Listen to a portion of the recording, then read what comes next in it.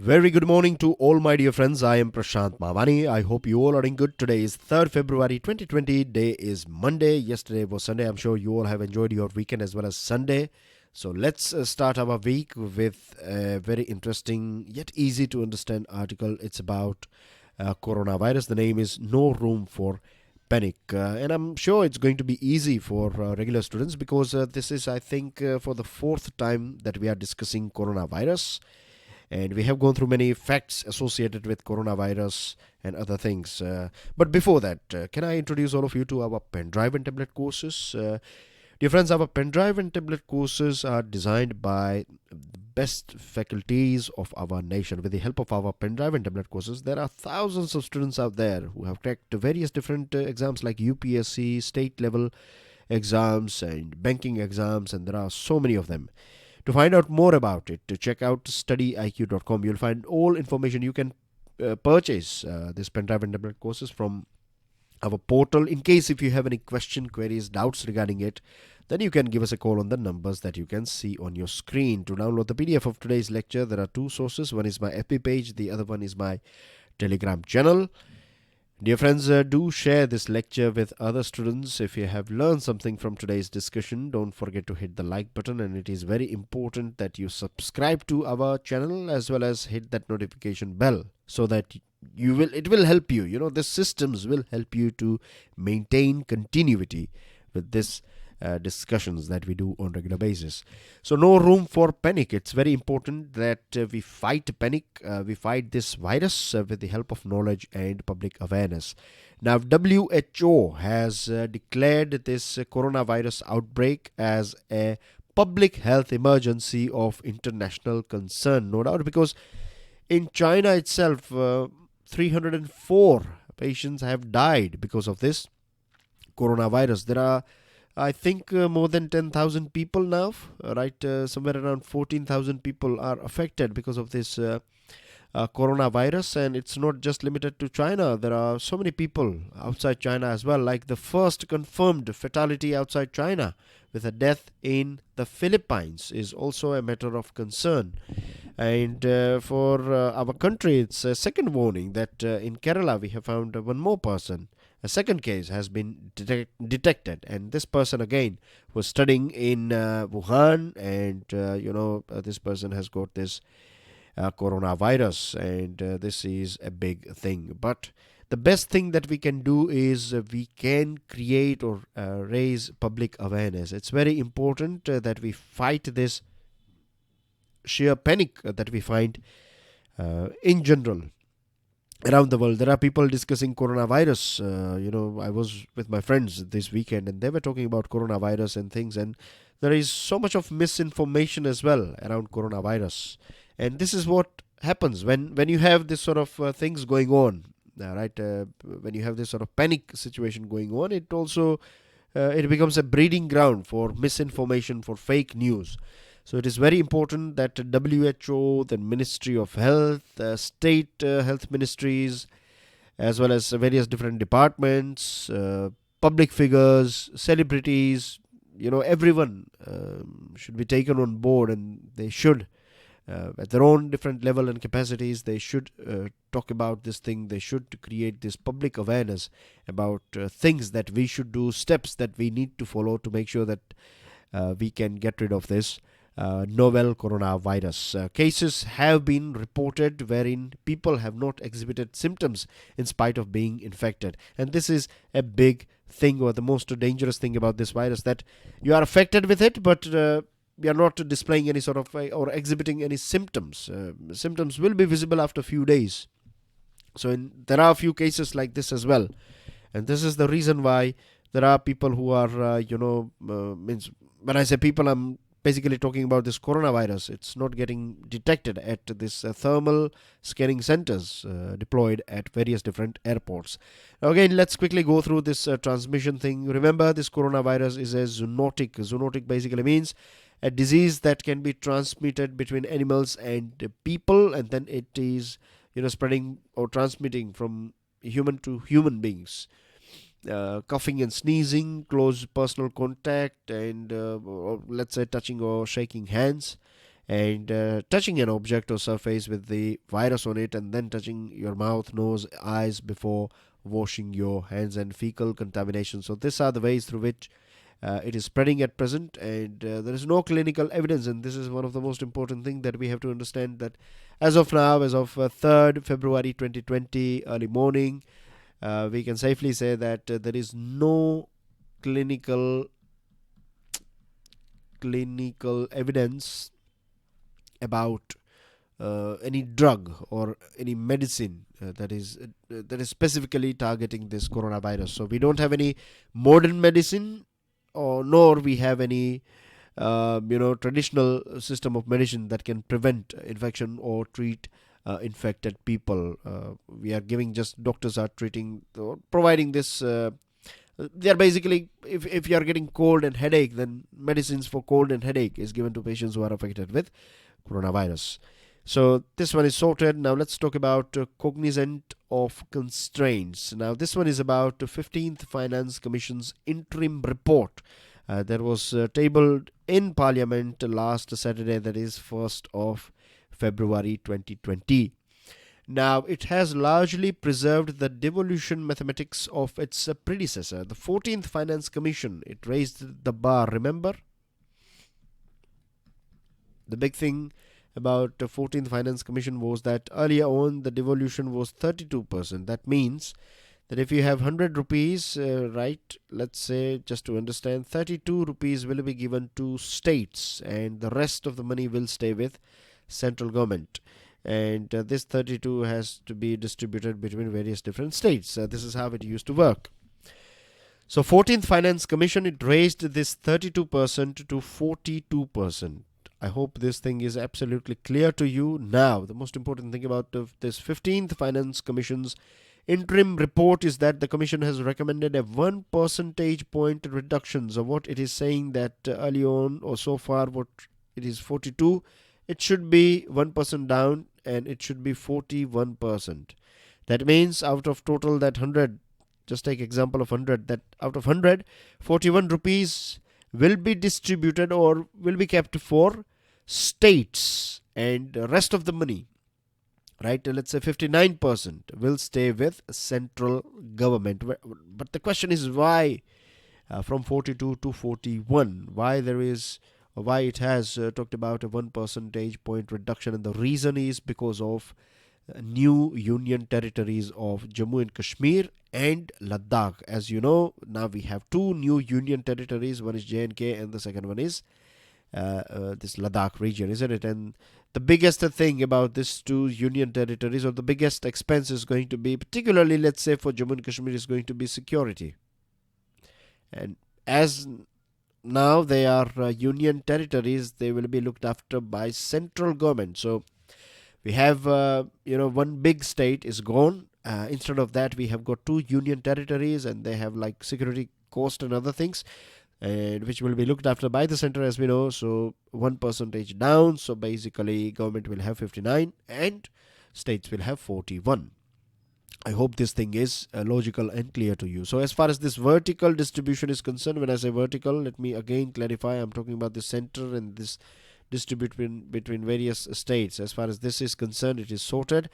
Now it has also talked about this various different states and distribution between them, which is horizontal distribution, right? So a crucial new parameter, demographic performance, has been added to the mix. Now, what is it all about? Why it is important? We will talk about it. But before that, I would like you guys to pay attention on GST. Now, if you are following my daily financial news analysis series, then you'll be aware about this thing, that as far as losses are concerned, it's quite, you can say, a big shock as well. And it is a matter of concern as well for the nation, for our, GST system, that on an average, approximately, we are losing 90,000 crore rupees, right? 90,000 crore rupees per year, right? This much money is slipping away. This much GST is not paid, evaded. Basically, you can say theft is taking place, and this is a big amount. So we need more robust GST system. And indirect tax is very important for union government because it constitutes almost half of the total revenues of union government. Now, the new system has yet to stabilize as per this 15th Finance Commission's interim report. There are so many loopholes, there are so many issues as well with it. But before that, can I quickly ask you one question? Can you give me the name of the head of 15th Finance Commission? Who is the head of 15th Finance Commission? And also give me the tenure of 15th Finance Commission, starting and end. So these are the two questions for you guys, and I expect that you will take part in it and post your answers in the comment section. You must, and this is important. Right, so the new tax has yet to stabilize, leaving a majority of the states dependent on compensation from the center. So when this GST was introduced at that point of time, central government said that whatever you were getting so far, you will get 14% more of what you used to get, and this will increase every year until 5 years. Right? We guarantee that you will get enough money, but this slowdown, and for various different reasons, GST collection is down. Means when I say various different reasons, one is slowdown, so less transactions are taking place. On the other side, you have one more big thing that approx 90,000 crore rupees is slipping away.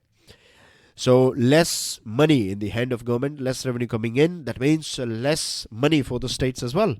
And it was promised, it is a constitutional guarantee that the states will be compensated.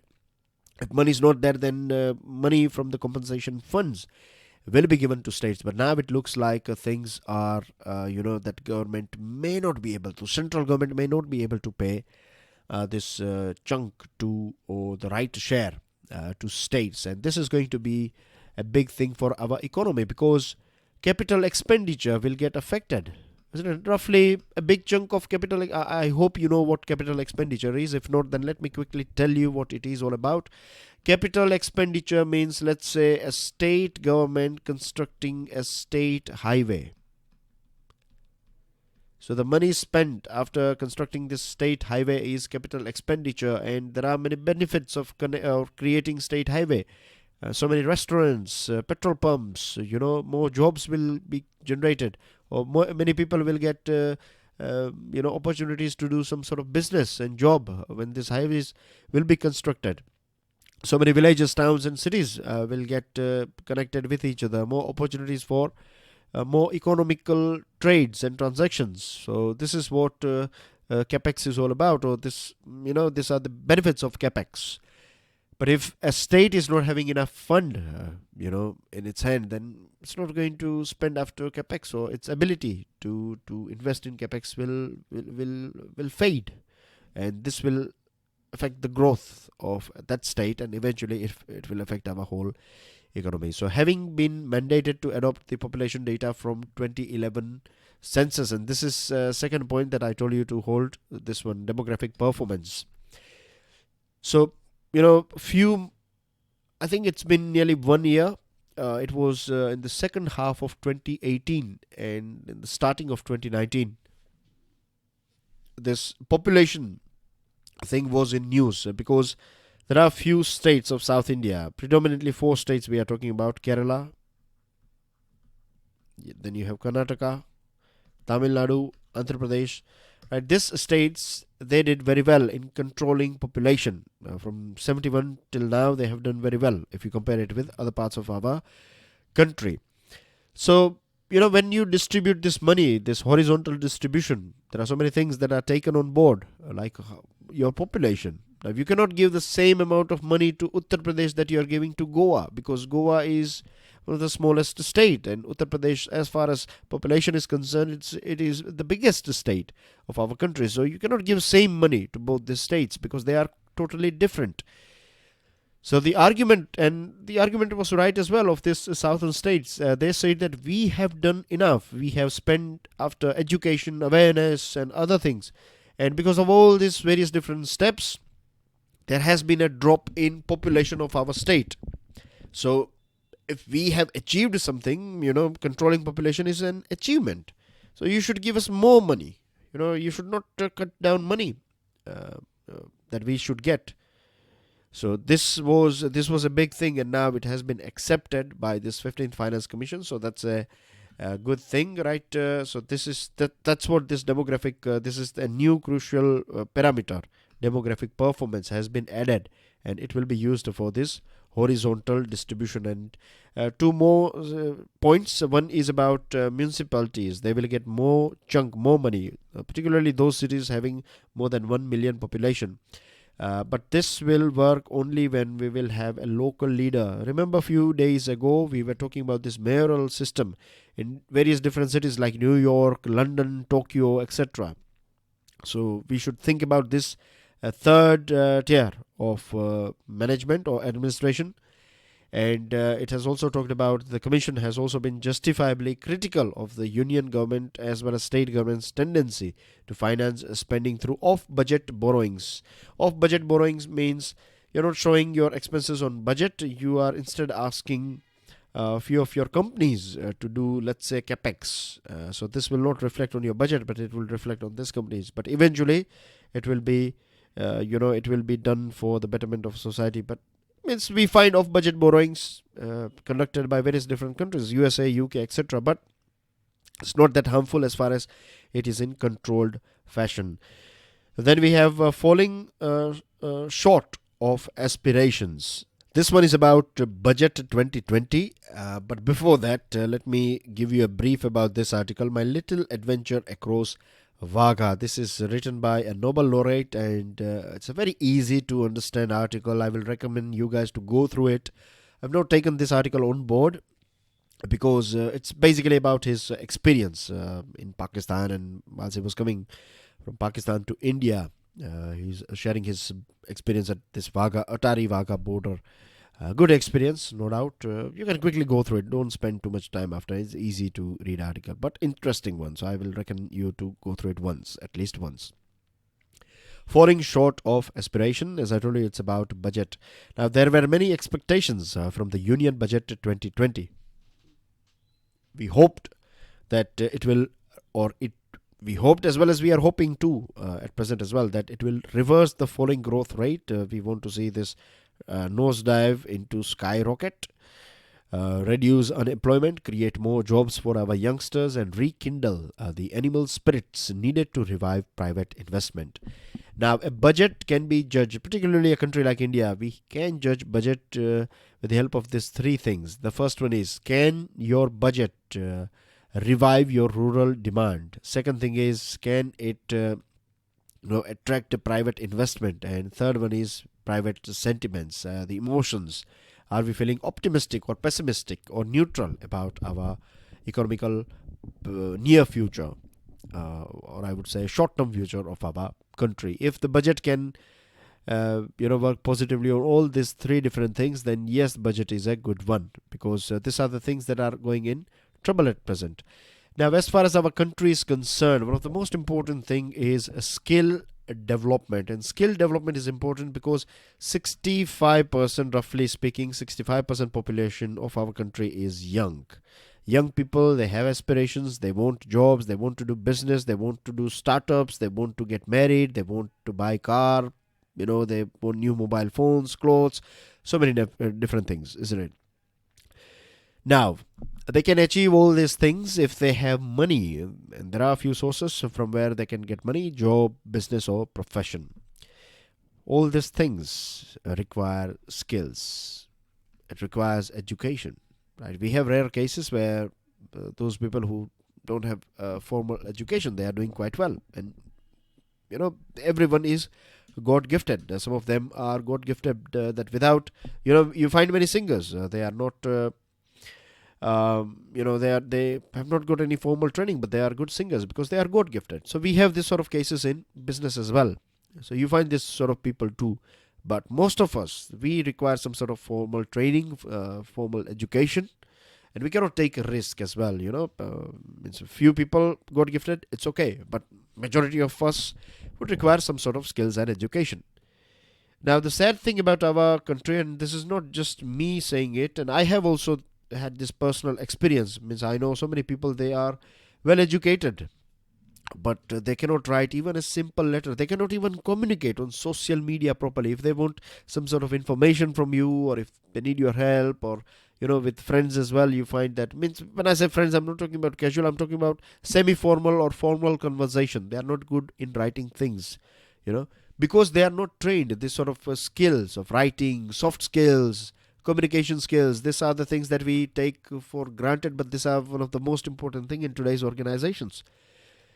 So skill development is, even finance minister accepts these things, that huge unmet demand for teachers, paramedical staff, caregivers, skilled workers, all this. We have a shortage of all these professionals in our economy. But how much we are spending or allocating for skill development? Just the 3,000 crore rupees. The budget could have given tax incentives to companies. Just imagine that you are studying your bachelor's, or you are in 11th or 12th standard, and now you want to do something like you have free time.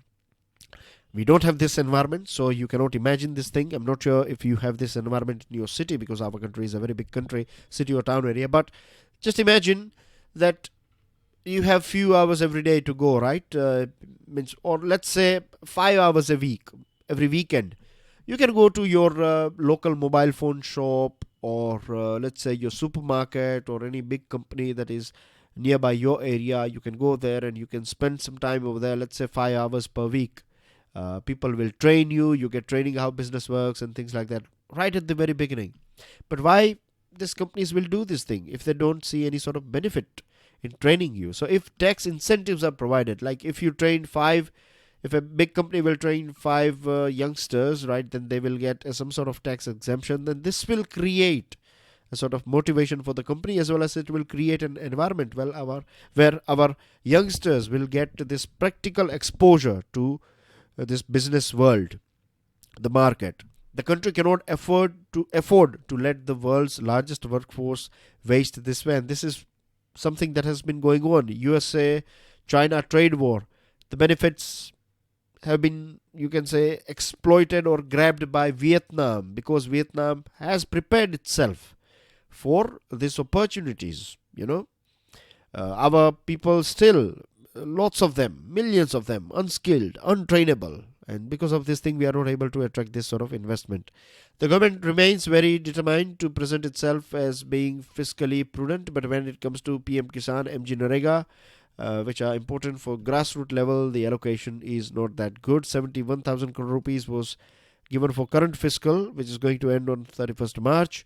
But for the next fiscal, it is just 61,500. And then there are other issues with MGNREGA as well. As you know, we were talking about this thing earlier on. Then PM Kisan as well, means disbursement under this one has not been that big. It's as it was last year. So these two schemes are good instruments for income transfer to small and marginal farmers, landless farmers. It can generate, demand, rural demand.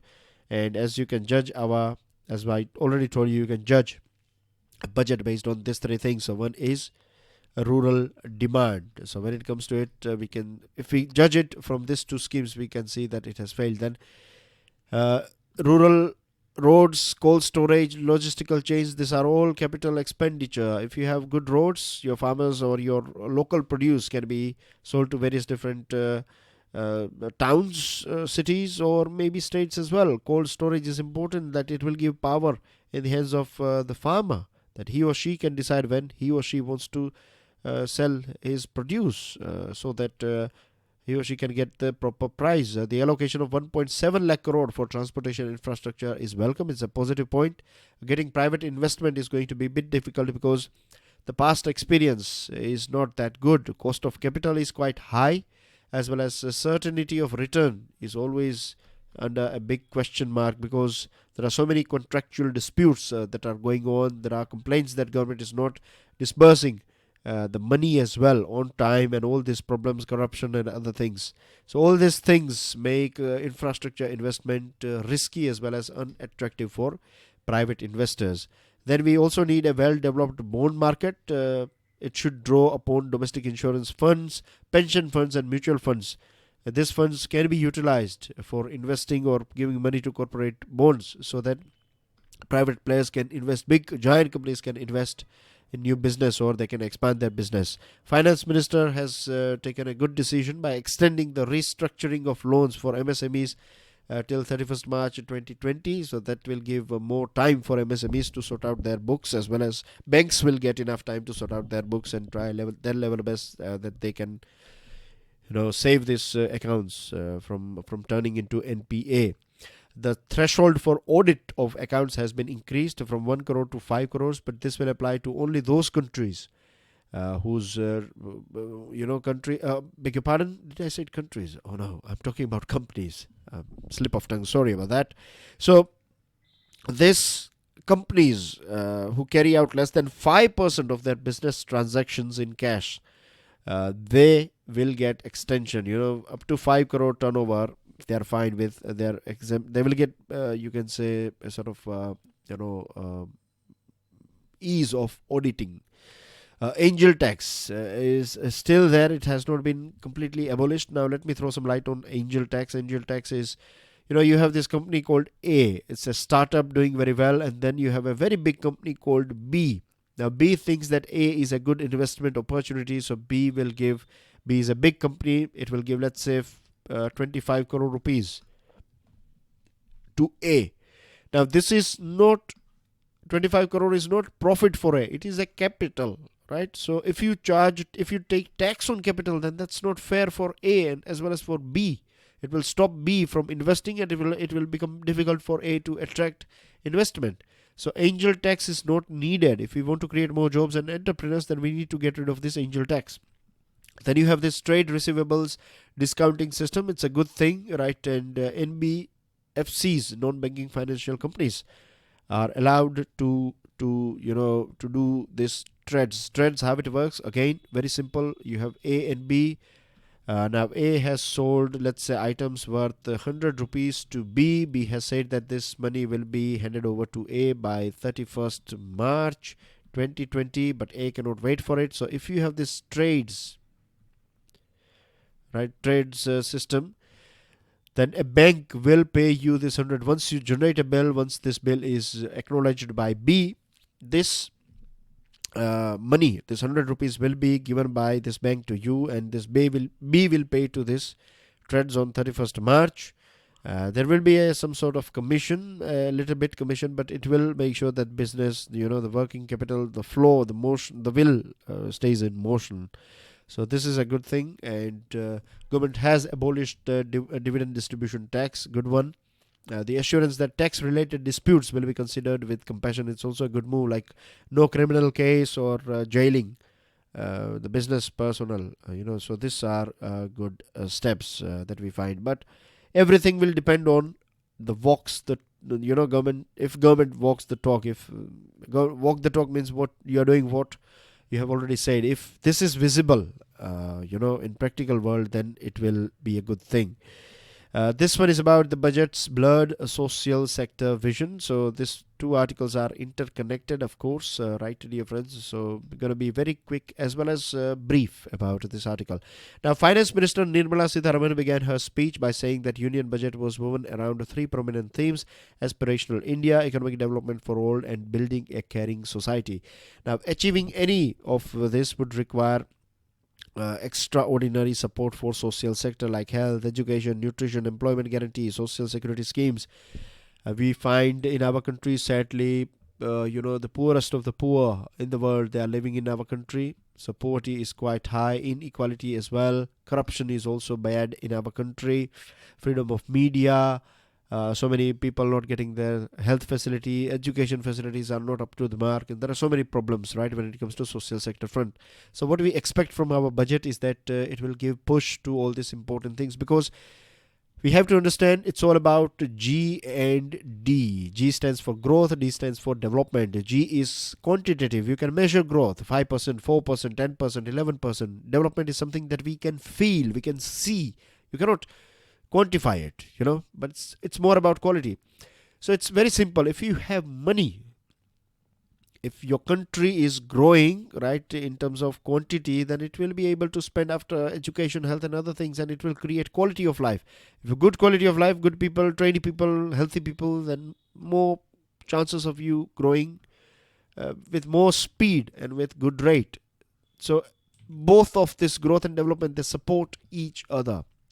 And it is very important that we spend, or I would rather say we invest in social sector. Now, judging by the current scenario, an expansionary budget with a focus on social sector would have also made economic sense. But here we find that MGNREGA, as we already have gone through the figure, not that big figures. Public distribution system, we know the situation of this Food Corporation of India. Huge amount of stock in godowns, but there are so many people, they are going hungry, they have to sleep hungry every day. That means management, the distribution is not up to the mark. MGNREGA is failing to fully play the role of filling the gap because poor implementation, inadequate funds. MGNREGA expenditure is also known to have high multiplier effects, like boosting consumption in rural area. Once you have this consumption or demand goes up in rural area, products that are produced by urban area will go up as well. But poor implementation, inadequate fund is creating problems. Then the food security subsidy allocation for 2020-21 is 1.11 lakh crore. Earlier it was 1.08, so not that big thing. But when it comes to health and education, it has been same as it was earlier on. And this is a sad thing. Ayushman Bharat as well stays the same, 6,400 crore rupees. Poshan Abhiyan, just a 300 crore more. When it comes to Vandana Yojana, Matru Vandana Yojana, again, no big change. So, government has kept it as it is. And if you look at it from social sector point of view, then the budget is not something that will create a mark, or, it's not a budget that stands out. It is as it used to be earlier on. There could be many reasons behind it. One could be lack of, or this shortage or in revenue collection. But these are the challenges that government should take head on. And what we are trying to do here, or it looks like the government wants to increase the share of private partnership, or wants to promote more PPP model, which is not bad, it's good. But PPP will succeed only when you create that environment, when private players will see that if you participate with government, if you find that money will not come on time, if so many disputes and cases and projects are delayed and they are stuck in cases or court cases, then PPP will not pick up. So you have to clear your rules and regulations. You have to make it easy and smooth. Only then you will see PPP. And if money as well as these facilities are coming with the help of PPP, then as well it's not bad. What we need is desperately good education, good skill, good health, clean environment. All these things are very important in today's era. I think it was on Saturday we were talking about this pollution topic, remember? Then we have, so far we have cleared all these articles. This one I have already told you, this one is not for you, it's for people who are studying journalism. Now this one is interesting one, last one, but very important one. It's about this Shaheen Bug Protest that are still going on. Now picketers, or the main protesters, are Muslim women, right? And they are not just fighting or sitting there for Muslim minority, but they are also there for secular spirit of our Constitution, and that's a very good thing. They are carrying photos of Mahatma Gandhi, B.R. Ambedkar. They are talking about Constitution and preamble of our country. Now, one thing that these protesters, they should understand is that this protest is becoming more counterproductive. And the reason why I'm saying it, and the reason why this article is talking about this counterproductive nature of this protest at present, right, is because there are so many people who are taking advantage of this thing. Like Delhi assembly elections are just around the corner, and there are parties like BJP is, it's appealing to Hindu people. Then Congress is talking about minorities. AAP is talking about something else, and there are some controversial statements coming from some people. So everyone is trying to, every party, every stakeholder is trying to collect as many brownie points they can from this protesters. So, these protesters, they should understand that for time being, they can stop this protest. They can come back later on after elections, so that no one takes, this disadvantage of their protest or their stand. Whether they are right or wrong, only people can tell, or time can tell. But one interesting lesson they can learn from Mahatma Gandhi is that earlier on, if we go back in our history, we find that Mahatma Gandhi used to start a protest or a movement, then it used to reach at its peak, and then later on Gandhiji would declare that let's stop this thing altogether. So many people, they say that Gandhiji was, it's because of time. It's not just because of Gandhiji. But one thing we have to appreciate is that, a leader should have on and off button in his or her hand. If you can start a protest, then you should also know that when to turn it off, and you should at least, you should have this control to turn it off. And Gandhiji used to have it, because when he used to recognize that these protest movements are becoming ineffective, he used to stop it, so that there are no negative outcomes. At present, what is going on in this Shaheen Bug protest, there are more negative outcomes at present than the positive ones. Then you have some news items. Money earned in India by NRIs will be taxed. This has been said by Nirmala Sitharaman ji. She has clarified, because when during her budget speech she talked about this thing, and people were saying that if you are working as an NRI working in UAE, where there is zero tax jurisdiction, so you have to pay tax in India. But no, it has been clarified that if you are an NRI and if you are working in India, then you have to pay only. Unidentified miscreants open fire at Jamia Millia. Nirbhaya case, Center 6 node for execution. Study on bat hunters of Nagaland's under scanner. And rise in millionaires contesting in Delhi election polls has been said by ADR, that is Association for Democratic Reforms. And the last one is Haryana's Harappan site to create jobs. This Rakhi Gari is going to be set up as or converted into a national museum. So more jobs, more tourism here, and that's going to be good for the people of or the local people of that area. So that's everything in today's discussion. I will see you later on with daily financial news analysis. Don't forget to hit the like button. Don't forget to subscribe to our channel. If you have subscribed, then hit the notification bell as well, and post your answers in the comment section. I have asked you 2 questions, isn't it? So see you soon. Enjoy your studies. God bless you all. Jai Hind.